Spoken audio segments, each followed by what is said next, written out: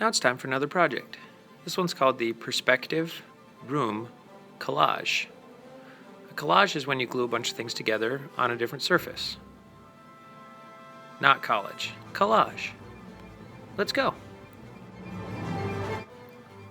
The first step is dividing up our paper into the different planes or surfaces we're going to be working on. So you're going to use a ruler and draw diagonal lines across your paper from corner to corner. This is going to be your left wall, right wall, ceiling, and floor. Now we're drawing in our back wall of the room. Use a ruler and use the end of the ruler against the edge of the paper to make sure that your line is perfectly straight and lined up. Once you do the last line, you might have to guess a little bit, but it should be pretty good. So you must have all 5 planes. We've got a wall on the right, a wall on the left, the ceiling, the floor, and the back wall. You must have all 5 of these.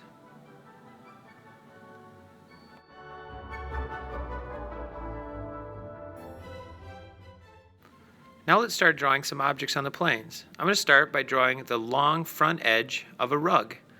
And the 2 sides need to be directed towards that vanishing point that's in the center, where all the lines cross. Notice how they're angled and the rug is getting smaller as it goes back towards the back far wall. Now that could be a rug on the floor, or I can make it into a table by making it 3-dimensional and then throwing some legs on there. There, it looks like a little coffee table. That's pretty neat. Here, I'll make a window or a picture, and it's basically the same way you did the table, just on a different surface. Start with the long front edge of it, and then draw the top and bottom towards the vanishing point. Then we draw that far side. It needs to be parallel to the back wall. Now let's add a little detail in there to make it look more like a window. Go about halfway up and draw that line towards the vanishing point. There we go. Now let's draw some lights in the ceiling. We're going to start with the first one. It shouldn't be a circle, it should be an oval, because we're looking at it from the side, kind of. So there's one of those little recessed lights with a light bulb in the middle.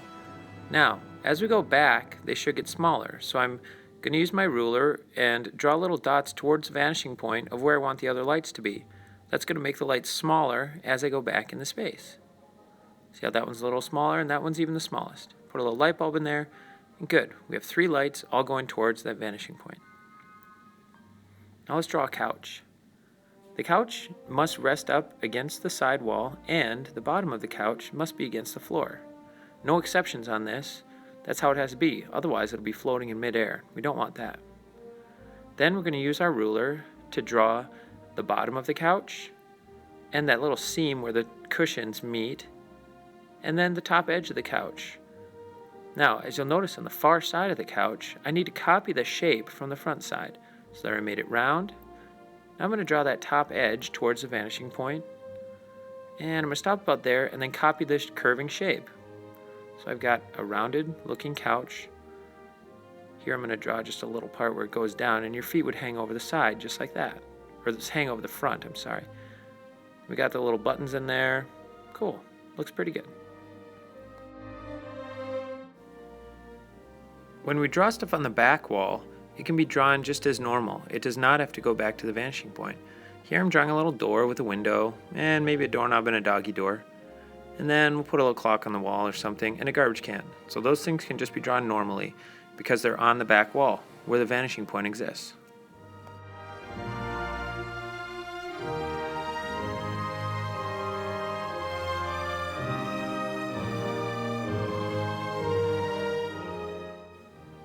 Now let's try a different type of room.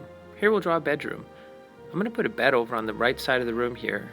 And for this, I can actually draw this line up on the wall a little bit. I'll show you why in a second.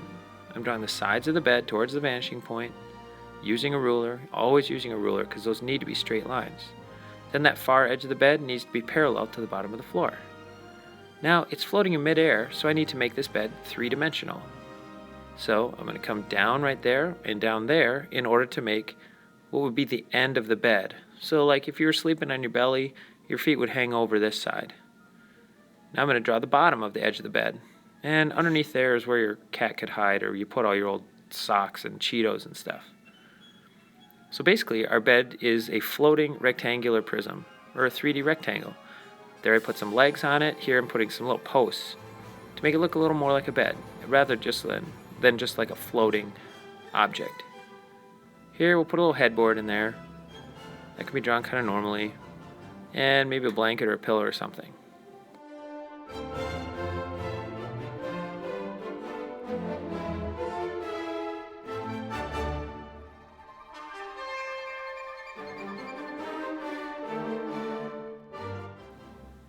How about now we draw a rug on the floor, but let's not make it a square. Let's make it kind of an ovalish shape. So I'm drawing that front edge towards the vanishing point, side towards the vanishing point, and then I'm going to copy that and draw those little rings in there that are sometimes multicolored to make it look like kind of a neat rug.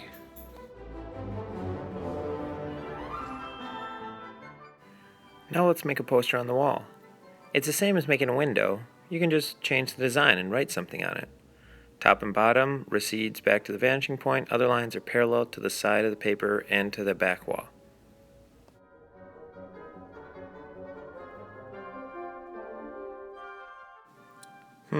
Let's see.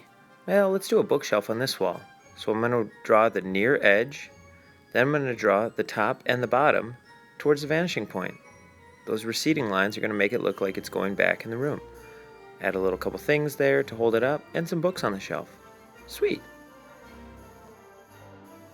The last thing I'm going to do here is add a ceiling fan up on the ceiling, which I guess is the right place for it. Now, as I'm doing this, we're going to review a few things. First of all, objects that are drawn on the ceiling or on the floor need to have two sides, the left and the right, that go towards the vanishing point. Notice the rug and the bed. The left and right sides go towards the vanishing point.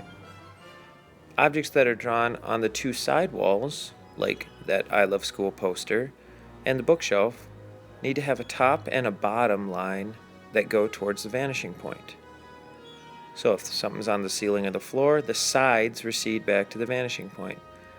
If something is on either the left wall or the right wall, the top and bottom recede towards the vanishing point.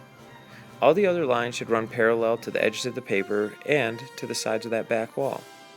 Here's a little garbage can I can just draw, add a little detail in there. Had fun with this. It should be pretty cool. See ya!